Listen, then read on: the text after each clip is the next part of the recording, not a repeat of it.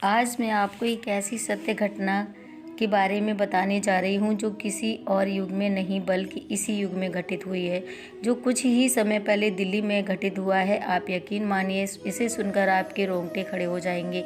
ये कहानी उन लोगों के लिए है जो उनके मन का ना होने पर भगवान के होने का प्रमाण मांगने लगते हैं।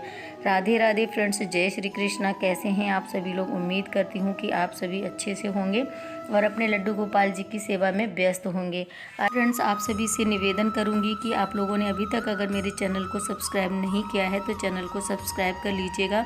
साथ में जो बेल आइकन रहती है उसको भी ऑल पर क्लिक कर दीजिएगा। उससे जो भी हमारी आने वाली वीडियो होंगी उनकी नोटिफिकेशन आप सभी को आसानी से मिल जाया करेगी। आप सभी मेरे चैनल को सब्सक्राइब करके ढेर सारा सपोर्ट कर दीजिएगा। और सब्सक्राइब करना बिल्कुल ही फ्री होता है, लाइक करना भी फ्री होता है। तो वीडियो पसंद आया करे तो लाइक ज़रूर किया कीजिए। तो देखिए, आज हम लड्डू गोपाल जी की सेवा शयन प्रक्रिया दिखा रहे हैं आप सभी को कि कैसे मैं अपने लड्डू गोपाल जी को सुलाती हूँ। ऐसे ही आप लोग भी अपने लड्डू गोपाल जी की सेवा कर सकते हैं। तो चलिए मैं आपको कहानी सुनाती हूँ और आप लोग देखते भी जाइए और सुनते जाइए। ये सच्ची घटना है एक ऐसी महिला की जो बचपन से ही वृंदावन धाम जाती रहती थी। समय के साथ वो भी बड़ी होती गई, लेकिन वो अपनी पूरी श्रद्धा के साथ वृंदावन धाम जाती रही। ज़िंदगी की जो छोटी मोटी परेशानियाँ, डिसअपॉइंटमेंट जैसे हम सभी को होती हैं, उन्हें भी होती थी, लेकिन उसकी श्रद्धा वैसी की बरकरार रही और वो जब जब भी मौका मिला श्री वृंदावन धाम जाती रही। जब वो शादी के योग्य हुई, पढ़ाई पूरी हो गई तो उसकी शादी भी हो गई। नए घर जाकर भी उसने वृंदावन धाम जाना नहीं छोड़ा। थोड़े समय बाद बच्चे भी हो गए। जैसे सबके जीवन में छोटी बड़ी परेशानियां आती हैं, उनके भी आती रहीं, पर उसने वृंदावन धाम जाना नहीं छोड़ा और अपने प्रभु के दर्शन करते रहे। समय तो समय है, समय की गति से चलता रहा। बच्चे बड़े होने लगे, धीरे धीरे इतने बड़े हो गए कि उनकी भी शादियां हो गईं। लेकिन ये महिला जब जब भी संभव हुआ ये वृंदावन धाम जाती रही और समय और गुजरा। वो दादी बन गई, नानी बन गई और शरीर भी कमज़ोर होने लगा, लेकिन वो श्री वृंदावन धाम हमेशा जाती रही पूरी श्रद्धा के साथ। उम्र बढ़ने के साथ साथ धीरे धीरे शरीर ने भी जवाब दे दिया और जब वो महिला बहुत ज़्यादा कमज़ोर हो गई तो उसे लगा कि अब बार बार वृंदावन धाम जाना उससे नहीं हो पाएगा। तो यही सोचकर वह आखिरी दर्शन के लिए वृंदावन धाम गई। वापस आते समय, क्योंकि उसे पता था कि वो शायद अब वृंदावन धाम दोबारा नहीं आ पाएगी, तो इसीलिए वहाँ से वो एक मूर्ति कृष्ण जी की लेकर आए, उनके बाल स्वरूप की लेकर आई, जिसे हम सभी लड्डू गोपाल जी कहते हैं। उन्हें वो अपने साथ लेकर आई और उनकी सेवा करने लगी। वो अपने लड्डू गोपाल जी की ध्यान बिल्कुल अपने बच्चे की तरह ही रखती थी। उनको खाना खिलाना, उनको दूध पिलाना, उनको नहलाना, उनको नए नए वस्त्र पहनाना, उनको भजन सुनाना, पूरी श्रद्धा के साथ भक्ति में पूरी तरह से खो गई। कई बार तो ऐसा होता कि वो लड्डू गोपाल जी के पास ही सो जाया करती थी। उनको भजन सुनाते सुनाते बच्चे अक्सर शिकायत करते कि माँ तू अपना ध्यान रखा कर, तू बीमार हो जाएगी, कहीं भी सो जाती है। लेकिन वो तो पूरी तरह से अपने लाला में ही खो चुकी थी। कुछ समय बाद जन्माष्टमी का त्यौहार आया, लेकिन उस दिन उस महिला की तबीयत बहुत ख़राब थी और वो बिस्तर से उठ भी नहीं पा रही थी, क्योंकि उस दिन इतना बड़ा त्यौहार और लड्डू गोपाल जी की सेवा नहीं कर पा रही थी। तो मन ही मन उसे बड़ा ही दुख और अफसोस हो रहा था।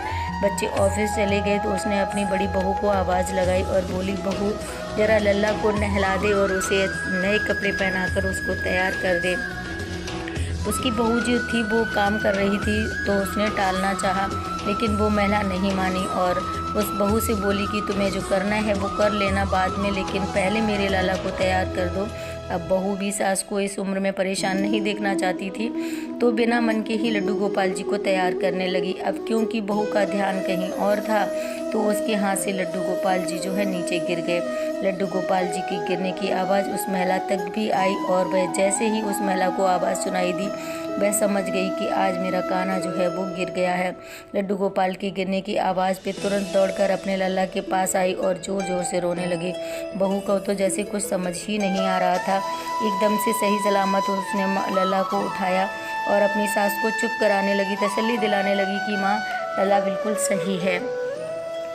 अब उसकी बहू को, लेकिन उस महिला का रोना बिल्कुल बंद नहीं था। तो बहू को लगा कि अब माँ जी मुझसे नहीं संभलेंगी, तो उसने अपने पति से फ़ोन पर बात की और उनको सारी बात बताई।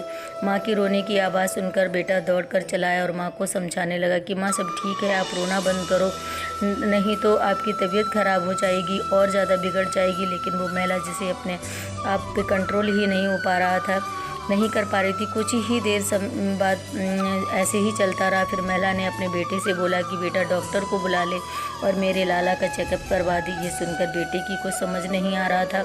उसने अपनी माँ को फिर से समझाने की कोशिश करी कि माँ ये मूर्ति है, ये बिल्कुल ठीक है, इसको कुछ नहीं हुआ है। तो उसे कुछ नहीं हुआ है, लेकिन वो महिला मानने को तैयार ही नहीं थी। जब बेटे को कुछ समझ नहीं आया तब उसने अपने मोहल्ले के उम्रदराज पड़ोसियों को बुलाया और अपनी माँ को समझाने के लिए वो सब भी समझाने लग गए। वो भी समझाते समझाते थक गए तो एक बुजुर्ग ने कहा कि चले जाओ, कहीं से कोई डॉक्टर लेकर आ जाओ। थोड़ी सी फीस के बदले अगर माँ शांत हो जाती है तो प्रॉब्लम ही क्या है। बेटे को भी यही ठीक लगा और वो डॉक्टर को लेने चला गया। जैसे कोई भी डॉक्टर ये सुनता कि मूर्ति का चेकअप करना है तो वो मना कर देता। आखिर में उसे एक ऐसा डॉक्टर मिल ही गया जो फीस के बदले घर पर आने को तैयार हो गया, क्योंकि उस डॉक्टर को भी पता था कि फॉर्मेलिटी करनी है, फीस लेनी है। तो आते ही कुछ सेकंड में ही उसने बोल दिया कि लल्ला ठीक है। लेकिन महिला को संतुष्टि नहीं हुई। उसने डॉक्टर से बोला कि इसकी नब्ज चेक करो। अब क्योंकि अभी फीस लेनी बाकी थी तो डॉक्टर ने नब्ज भी चेक करने का नाटक किया और मुस्कुराते हुए बोला कि लल्ला बिल्कुल ठीक है। लेकिन महिला को उसकी मुस्कुराहट कुछ ठीक नहीं लगी। तब उसने मशीन से चेकअप करने को कहा तो डॉक्टर ने स्टेथोस्कोप लगाकर चेक करा। जैसे ही स्टेथोस्कोप डॉक्टर ने लगाया है वैसे ही जैसे बिजली का झटका लगता है उस तरीके से उसने झटका लगा और उसने झटके से अपना स्टेथोस्कोप जो है वापस उसी स्पीड से हटा लिया। डॉक्टर ने अपने स्टेथोस्कोप को उंगलियों से हिलाते डुलाते देखा कि कुछ गड़बड़ है और फिर वापस से लड्डू गोपाल जी को जो है स्टेथोस्कोप वापस लगाया और जितने झटके से पहले वापस किया था उतने ही झटके से फिर से वहाँ हाथ हटा लिया। वहाँ खड़े लोगों में से किसी को समझ नहीं आ रहा था कि आखिर हो क्या रहा है। डॉक्टर पूरी तरह से पसीने में भीग चुका था। हर कोई डॉक्टर को ही पूछ रहा था कि क्या डॉक्टर साहब हुआ क्या है, लेकिन डॉक्टर कुछ नहीं बोला और एक बार फिर से स्टेथोस्कोप लगाया और इस बार उसने ना तो झटके से हटाया और ना ही मुस्कराया। कुछ सेकंड सब लोग उसे देखते रह गए। आखिर किसी ने उसके कंधे को हिलाया तो डॉक्टर ऐसे चौंका हो जैसे मानो नींद से जागा हो। सबसे पहले उसने लड्डू गोपाल जी के हाथ जोड़े, फिर उस महिला के पैर पकड़ लिए और माफ़ी मांगी और बोला माँ तेरा लाला तो जीवित है। तो ये थी उस महिला की कहानी जो मैंने आप सभी को सुनाई। उम्मीद करती हूँ कि वीडियो पसंद आई होगी तो ज़्यादा से ज़्यादा शेयर कीजिएगा फ्रेंड्स और फैमिली के साथ और विश्वास बनाए रखिएगा।